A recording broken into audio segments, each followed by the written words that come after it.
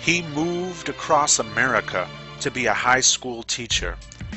He wanted to make a difference, and they were happy to have this ambitious young man. But he had a secret, a terrible secret. It was a depressed area, a land of little hope in this life, but a world of hope for the next. Modern ruins, these people's homes, dilapidated and derelict, were contrasted by the churches next door, pristine and painstakingly preserved. But this young teacher was no stranger to hardship. The students there are very rough, drug dealers and delinquents. He wanted something better for them. He wanted them to learn, and sacrificed his free time to tutor hopeless cases. And it was a thankless job, with long hours and little pay. Yet he was making a difference. He was a savior. But suddenly, his world changed. One of his students recognized him on the World Wide Web, on YouTube. This man, this teacher, went online and had the audacity to speak of the possibility that God didn't exist. He made videos about theology and atheism in the privacy of his home, separate from his class, and forced those videos upon nobody. And those videos were watched by nobody except those who chose of their own volition to watch them.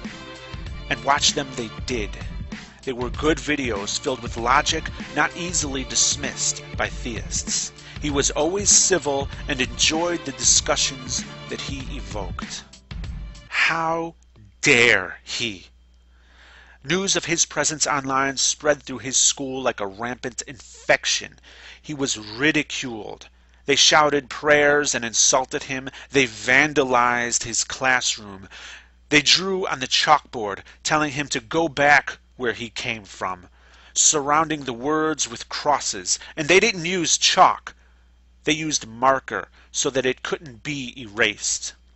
And some of the students asked him if it was true, but they couldn't bring themselves to say that damning word, atheist.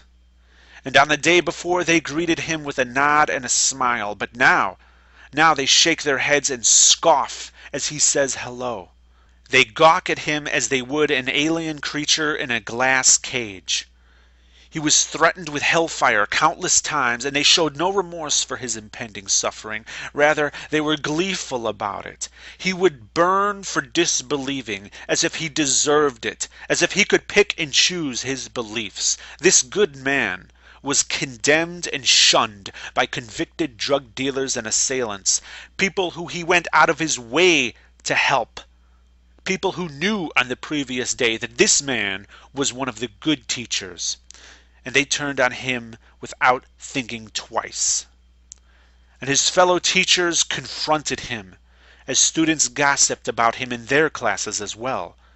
He was told to get rid of his YouTube channel before the administration had a chance to investigate, or he'd certainly lose his job. All it would take is one angry parent, even a drug dealer's drunken parent, who needs to sober up before being able to comprehend the horror of his precious child having an atheist for a teacher. So, at the risk of becoming homeless, he deleted his channel. In a microsecond, he lost his connection with thousands of friends. In a microsecond, he was cut off and alone in a place that hated him. In a microsecond, excellent, insightful arguments against theism, arguments we could all use, were wiped out. They won. They stopped him, but only for a microsecond. Here and now, we have the power to make his voice louder than they ever feared it could be, the power to make their bigotry backfire in ways they didn't imagine. They, of all people, should have known about martyrdom. He can no longer show his face, but he still has a voice and he has the drive to use it. Subscribe to him, learn from him, use his arguments, make this video viral, make his voice loud. He is now called Grappling Ignorance. It seems that those who were once fed to the lions have become the lions. But no matter how much they cheat, no matter how much they stack the deck in their favor, they will never defeat us. even as we have the integrity to be fair. We're invincible because we have a weapon that no Christian could ever have. Because the moment they have it, they cease to be a Christian. That weapon is reality. Atheists are everywhere, and we are as ancient as the very first God ever proposed. You cannot recognize us. We are male and female, black and white, gay and straight. The only way we can even identify ourselves is through our free speech, and many Christians would take that from us. But be very careful about how you treat the minorities of today, because we will be the majority of tomorrow. I fear that because of your deplorable treatment of others, the persecution your book says you will suffer will become a self-fulfilling prophecy.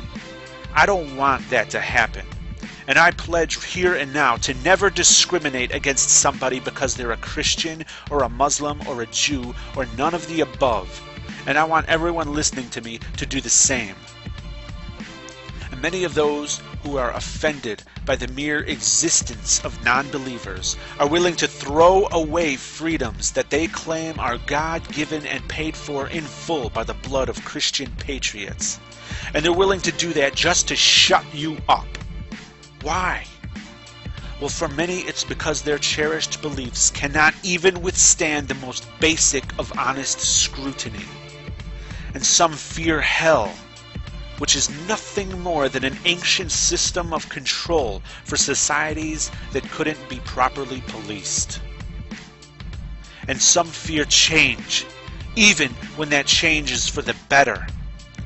And the rest, the ones who kiss God's ass, honestly believe that the omniscient, omnipotent, omnipresent creator of all things, the most powerful being that ever existed, needs them to come to his defense. That may seem outlandish, but it's not. Because for certain, you will never, ever see God fighting his own battles. These Christian apologists are full of intolerance and expecting us to swallow it, but I'm not allowing this. First they claim this is a Christian nation, and then proceed to try to merge their little doctrine into biased legislation, like we should give a damn about the God they praise, or their book of contradictions written back in the days. Some mythological, hypocritical bullshit that tends to distort shit, and then you wonder why we all ignore this. You're atheist to each and every other type of God. For all you know, the one you worshiping could be the fraud. Yeah, I know, we taking it out of context. That's what you would say next, like it's so fucking complex. Guess I'm an evil child of Satan, keep on mocking me. Average Americans do not want a theocracy, so keep your mysticism deep inside your mental prisons and let us grown-ups make our own decisions.